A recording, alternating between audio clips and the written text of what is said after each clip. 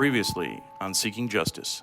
He just got upset, really upset. He was pounding his finger on the flyer and On Robert Fisher's face? yeah, and saying, you know, why do you have his picture here? This is my friend. He mentioned his ranch. He mentioned that his friend is at his ranch, that he was there at his ranch, and he lived with them. And then Natalie started to ask some questions, and he's like, well, he's dead. He was really sick, and he's dead, and we buried him. And he was just really upset. I'd never seen him before, and he was pulling an oxygen tank with him.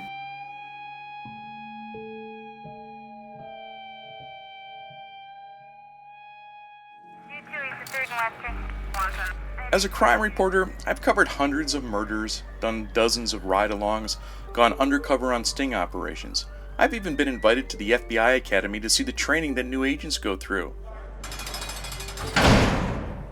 I've walked death row, seeing only a set of eyes staring at me through the small slits. I know their names and I know their crimes. These are the ones who've been caught, and it's those ones that got away that still get me. Join me, Rob Koebel, as I go out seeking justice, the hunt for FBI's most wanted, Robert Fisher.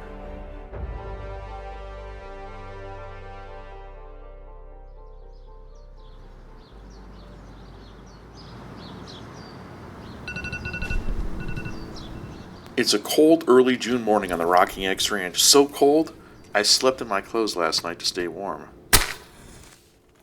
I make a fire to get the dampness out of the air, and thankfully the cabin starts slowly heating up. Sitting at the kitchen table, I'm thinking to myself about my plan for the day. I want to get an early start, and there's a lot of ground to cover if I'm going to find this ranch owner.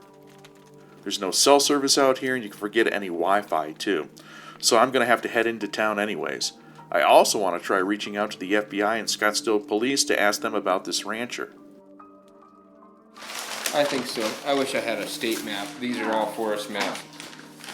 Before I leave the ranch, David and Jesse go over a map of the area with me, trying to point out areas that might help my investigation. If you look here, you know, some people said, well, he was a survivalist. He lived out in the woods. If I had to pick a place to stay all summer and live, I got a couple of them what I'd pick. But the most premium spot to not be seen by anybody and to have to yourself, I hate to say it, but he's right there. He's right there. Canyon Creek. Canyon Creek is amazing. This is no man's land. You got a fish hatchery that dumps fish in there and has been dumping fish in there forever.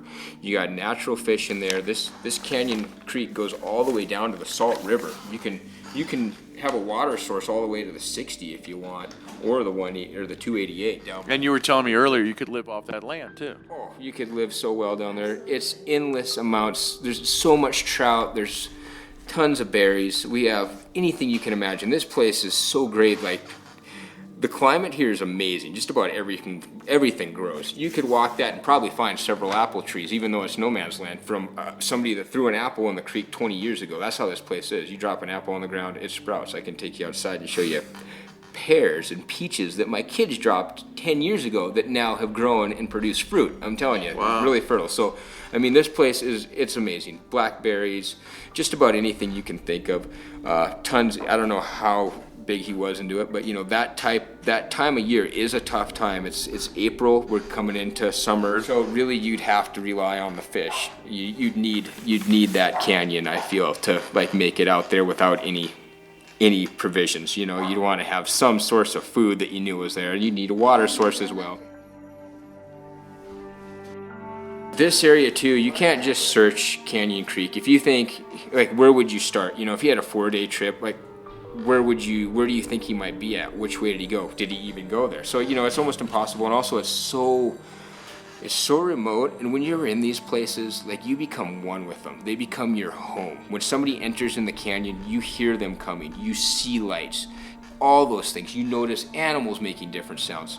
And anybody that spends just a little bit of time, even if you're like from the city and you spend 3 days out in the woods camping, all of a sudden, like, you let down like this veil and you notice all these things around that you may have never noticed. So, you know, I think if he would have wanted to live in Canyon Creek for the summer or whatever, maybe he's contemplating suicide and can't take himself to do that right away, that would be a great spot for him to settle and make do. I mean, Or just hide from all the publicity of his face being plastered everywhere. yeah, that too. I mean, it is no man's That's why land in I there. don't think he took off anywhere, because any direction that he goes, his picture is Yeah, but that wasn't everywhere. until a couple weeks Right later. here. A couple weeks later. But yeah, he It's could have still all driven over out. the news, though. Yeah, you're right. The county of Gila County is the second least populated county as far as private land in the United States. We're like 3% private land. The rest is Of course. all national forest. This is no man's land. It's second in the nation. The other place is up in Alaska. So, he picked the perfect spot. Hands down. And honestly, in Alaska, you're not going to find a honeycomb of caves like that anywhere. Well, maybe, but not quite like that, especially bordering such a perfect place. And then climactically, like, you could survive all winter here, honestly. It's well thought out. Yeah, very well thought out. If he wanted to live in Canyon Creek the rest of his life, he could. He could migrate to the Sonoran Desert every winter and not have to deal with freezing temperatures, still have his fish to eat. It's a very livable country. It's very, very desolate, very rough. But if you know it and you have nothing else, nowhere else to go, what can you do but live and try to survive? Leaving the ranch and driving into town, all I can think about is that map. I mean, holy crap, we're talking about the Tonto National Forest. It's the largest national forest in Arizona and the 5th largest in the U.S. Mary's SUV was found in the Ponderosa Pine area, but where Fisher went from there, who knows? I mean, it's virtually trying to find a needle in a haystack.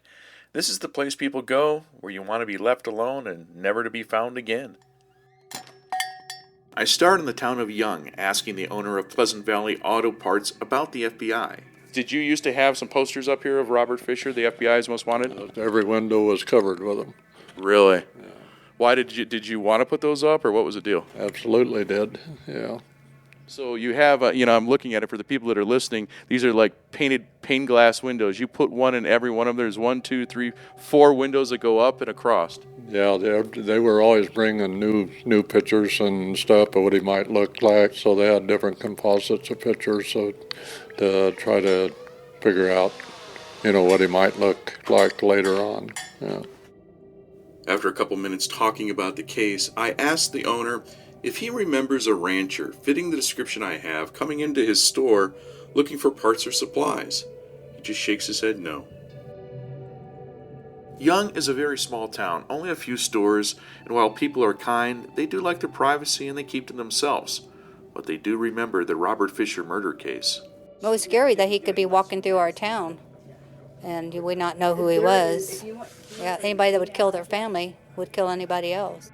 Sounds like he had this plan. Maybe it was a crime of passion. We know that he had a fight that night with his wife around 10 o'clock, and then we catch him at the ATM machine about 20, 40 minutes later, and that's it. The home explodes the next day. So something generated that, and then he seemed pretty well semi-planned. Prepared. Yes, he was very prepared to go wherever he was going, yeah. But yeah, I think he's still alive. Driving down the main highway in Young, I spot an older man outside his ranch-style home. Now, he doesn't fit the description of the old man with the oxygen tank that I'm looking for, but I decided to see if he would answer some of my questions. Harlan, you've been living up here for about 20 years in the area of Young, 20 years. Right? And do you remember 18 years ago, roughly, when Robert Fisher's car was spotted here? I do. Yeah, what were you starting to tell me? Well, that day that everything popped loose up here, my wife and I went down to the Phoenix area. And we were coming back, and we just came out of Globe, heading up to Young, when all these law enforcement cars passed us. One after another, one after another. We didn't know what was going on until we got home. And then we heard on the news that something had happened just north of us, up towards the rim. And that's all I can tell you. That's all I know is that everything came popping crazy up here for a few days. Were the cars, those squad cars, really going fast? Oh, yeah. They had their lights on, and we had to pull over and let them go. And And all the way up here, there were vehicles coming up north, up to where Fisher was supposed to have been. That's when you found out that a murder suspect, a guy that allegedly killed his wife and 2 children, Right. that he was spotted here. Yeah, that's right. Do you think that he stayed around? I have no idea. If it was me, I'd have been long gone. That got people talking for quite a while, didn't it? It sure, well, they're still talking. What are they saying? Well, everybody has a different idea on what happened, and what I don't understand is when they found his dog loose and he was gone, why didn't he take his dog with him? Yeah, he left Blue behind. Yeah. He seemed to make it pretty easy to find him, though, didn't he? Yeah. Yeah. I mean, the car was pulled in there where it was even the license plate you could see from the road, and that's it. It just seemed too perfect. Well, I really don't know what happened up there, all but hearsay, but I've seen a lot of things, but It was one of the things that really gave you chills. yeah, everybody in town here was up in arms. What does that do to a community? You guys all start looking around, or... Well, no, we knew that things were up north of us, but from what I heard from friends of mine, that people were sure carrying their weapons loaded. He could have been anywhere out here. That's right. Yeah. Yeah. I don't know what happened to that guy. He had things planned out pretty well. Dead ends. Sitting in my rental car, I noticed my cell phone has signal, so at least I could call the FBI and try to set up an interview. Maybe meet with them before I have to return back home to Los Angeles.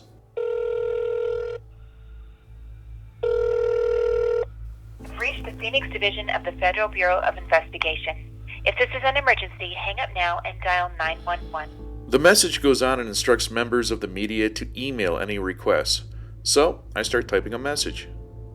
I'm an investigative reporter filmmaker currently working on a project about the search for Robert Fisher. My investigation is turning up new leads and information on the case from the public, and I'd like to talk with you about it and set up an interview. I'm in town a few more days. Would Wednesday work? Please let me know if you have any interest. I want to give the FBI the opportunity to share their thoughts and information, just like I've given to Scottsdale Police Department. The release of the episodes will begin shortly. Warm regards, Rob Koebel.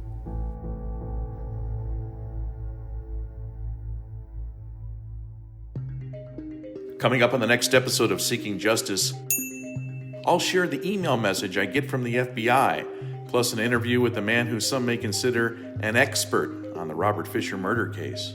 I just cannot imagine what Mary Fisher's family is going through today. I mean, just losing someone in that fashion, no justice. You're not exactly sure what happened. I just again, I cannot imagine their emptiness, their pain, their suffering, their anguish. Seeking Justice: The Hunt for the FBI's Most Wanted Robert Fisher is a Back to One Entertainment production, hosted and produced by Rob Koebel, edited and produced by J.J. Geiger. This podcast was recorded under a SAG-AFTRA collective bargaining agreement. All rights are reserved.